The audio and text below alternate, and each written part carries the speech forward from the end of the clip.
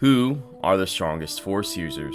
If you take a minute to think of it, a few familiar answers might come to mind. For the Jedi Order, Grandmaster Yoda, the ancient Arcadian Jedi named Arca-Jeth, and Legends Luke Skywalker are the first that come to mind.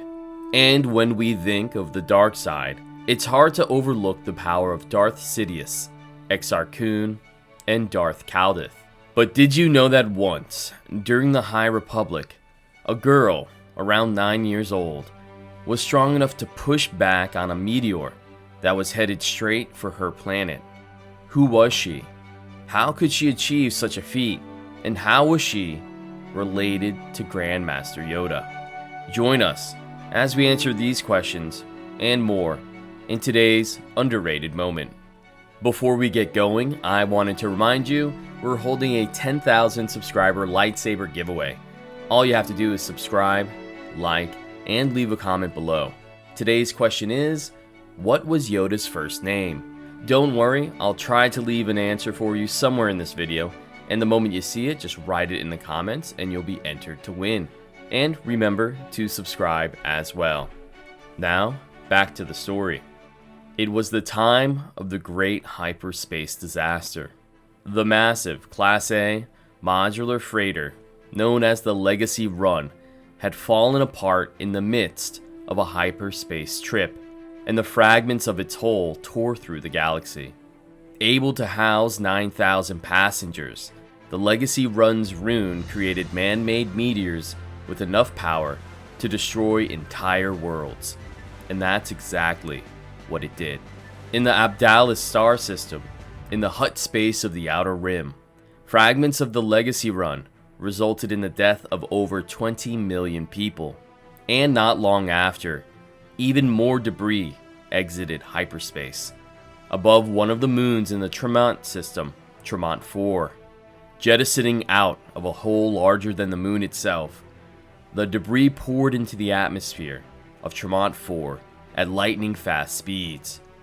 Although several Jedi above, including a younger Master Yoda, tried to use the Force to steer the meteorites away, smaller fragments of the Legacy Run broke through, and they devastated the surface.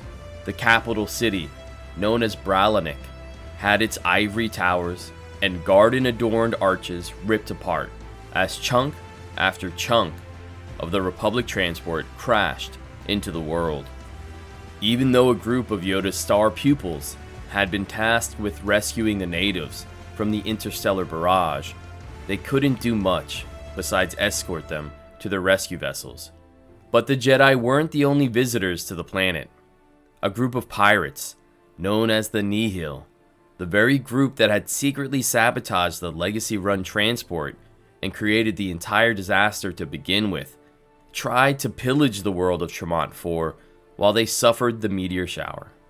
Once the Jedi learned of the assault, they ignited their lightsabers and tried to defend the locals.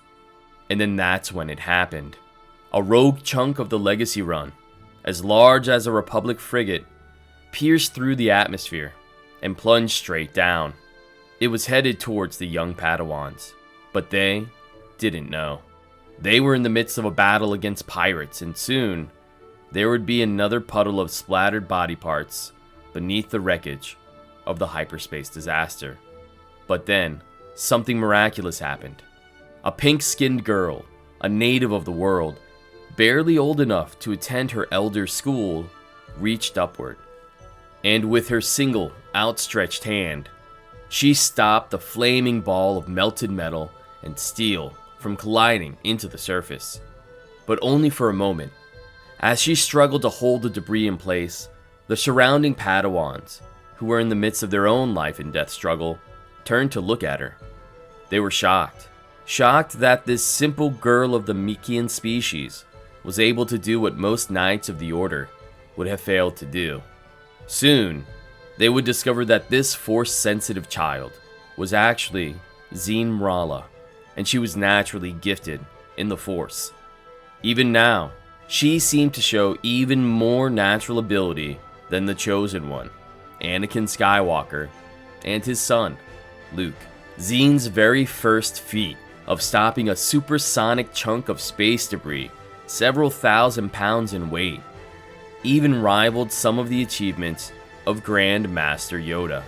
Lifting a stationary X-Wing from the depths of a bog on Dagobah was powerful, but a simple math calculation shows that the amount of strength required to stop a several-ton object, moving at faster than sound speeds, is far greater. Shortly after this conflict, Zeen went on to accompany the Jedi Padawans to their home and train under both Master Yoda and Master Bulk. There, she honed her skills in the Force, learning to harness her raw telekinetic powers on command. Although the historical records don't indicate whether she became a great knight or master, it seems likely that she did. For now, though, that part of her story remains to be told. Thank you for checking out another episode of Underrated Moments. I hope you enjoyed this story. To be honest with you, I know it's tempting to really dislike Zeen or anybody that shows any amount of raw potential in the Force like this, especially when somebody like Anakin or Luke were supposed to be so much more powerful. But I think the stories that Zeen appears in are really well done, and she never actually outshines any of the Jedi Knights or Masters that were around during the High Republic. Alright guys, I'll check you out next time. See ya.